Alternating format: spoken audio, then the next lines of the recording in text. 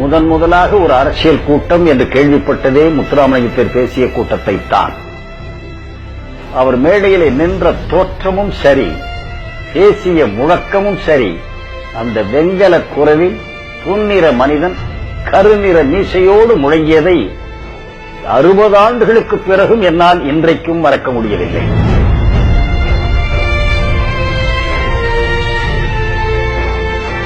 அனைத்து மக்களுக்குமான ஒரு தலைவனாக இந்த மண்ணில் பிறந்து மிகப்பெரிய எழுச்சியையும் மிகப்பெரிய உத்வேகத்தையும் உருவாக்கிய ஒரு பொது தலைவனாகத்தான் நாங்கள் பார்க்கிறோம்.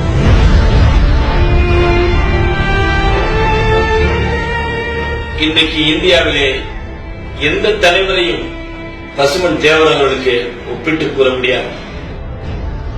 மகாத்மா காந்தியையும் சேர்த்துத்தான் சொல்லுகிறேன்.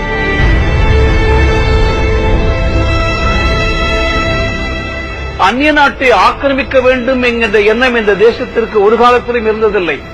ஆனால் எந்த ஒரு தேசமும் இந்த நாட்டை ஆக்கிரமிக்க முடியாத அளவுக்கு சக்தி வாய்ந்தாக இருக்க வேண்டாம்.